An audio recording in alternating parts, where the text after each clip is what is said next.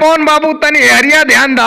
आई देखा रवि कितन भैया कितना टनटना के हंस रहल बने आ साथ में खेसारियो बड़ा मुस्कुरा रहल बने।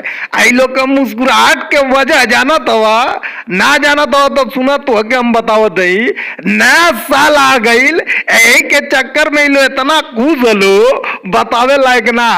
आ रवि कितन भैया शुरुए पे ही मुस्कुरात रहे तरतरावत रहे। हमारा ही ना समझ में आओ लगी इतना हड़ा के कहते ही हम हंस ले मजा आ जलाओ इनके राशि देख के। अरे बिल्कुल सही कहा निरहु भैया आपने। अरे रवि किशन भैया इस बार इतना खुश दिखाई इसलिए दे रहे हैं क्योंकि नया साल आ गया है और नया साल आया है तो हम भाई सब मिलकर इस बार ऐसा धमाल मचाएंगे कि पूरा दुनिया देखेगा।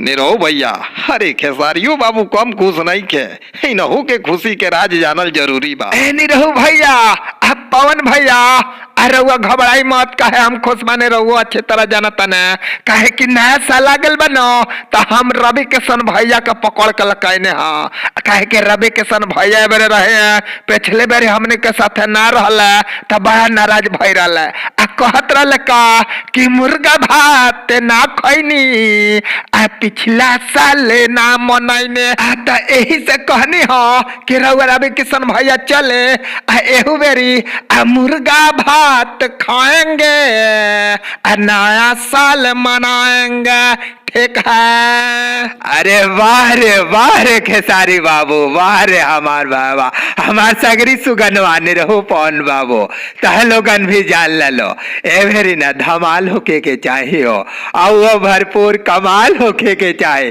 कि जाओ ना में ना मजा जाओ हो दिल गदगद हो जाओ। अरे मन बौरा उठे भवक उठे रे सनक उठे ऐसा होके रे धमाल मेरी नवा साल का मजा जाओ रे पवन बाबू। अरे कौन जुगाड़ उगाड़ होके तब मंगावा हो पवन बाबू मंगाओ रे अरे नहीं रहो खेसारी मंगाओ संडे मजा आ जाओ। रवि कितन भैया में घबराइले के कोनो बात ना अरुआ जो चीज का हम तो ची आई काहे कि पिछली बार पवन और खेसारी हमरा के पकड़ ले लो और कह लो हमहू आई रहुए के तरह आई रही हमहू कहनी कि पवन बाबू और खेसारी बाबू तनकी तेबरी धमाल हो जाओ मजा आ जाओ तनकी ऐसा व्यवस्था कर लो तो ई लोग पिछले साल जानता नहीं रवि किशन भैया का कह लो ई लोग कह लो कि निरहु भैया घबराइले के बात ना है जवन कहब तौन व्यवस्था हो जाई। लेकिन रहुआ एगो काम करे के है कि रहुआ हमने के बड़ भाई है तब पैसा रुपया रौरा खर्चा करेगा तब तो हमार तो बुझिए दिमाग में भैया तटक गईल। लेकिन हमरा लागता कि तार दिमाग ए बेरी ना सटकी काहे कि भैया रवि किशन भैया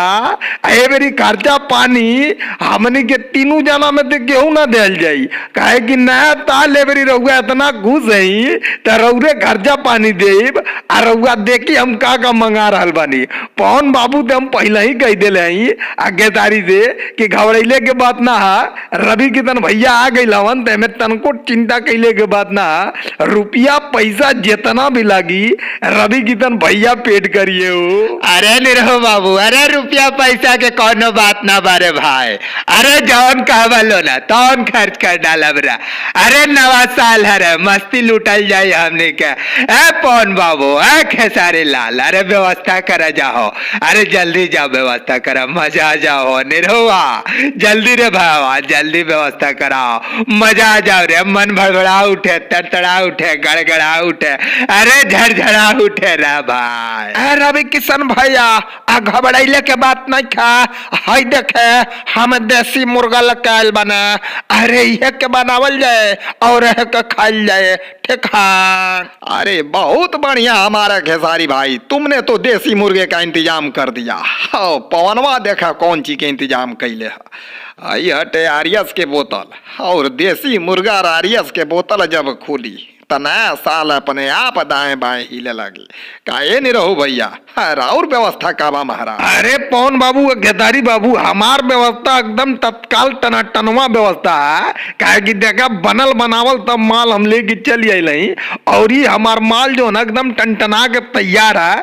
तहाँ लोगन ते मस्त माल लेके अइलही। आई देखा बनल बनावल 1 ग्रेड का मुर्गा और 8 PM के दारू है। अरे नहीं रहो बाबू, रुक रहे 2 मिनट रुक जाओ, हमार बतिया सुन ले रे बाबू, हमार बतिया से। ए पवन बाबू खेसारी बाबू, तनी 2 मिनट खाती न तह लोगन, तू जा लो पहले नहीं जन मुर्गा लेके आए लोगन खेसारी लाल ना, ये तनी छिला लो के बनावा लो, ओकरे बाद आने रहो। अरे गजब का माल लिया देला मेरे भावा, टनटनवा एकदम माल रे बनल बनावल, और ओमे ना 8 PM लाइलो रे, 8 PM, तबे मस्ती में जियाम, मजा आ गल रे भाई। हम ना एन रहो, हमरा के मनावे द नया साल हो, बम बम आ जाए पवन बाबू खेसारी बाबू, जाके देसी मुर्गा छिला लो, आ जब छील छाल ले ना तब बताइया लो।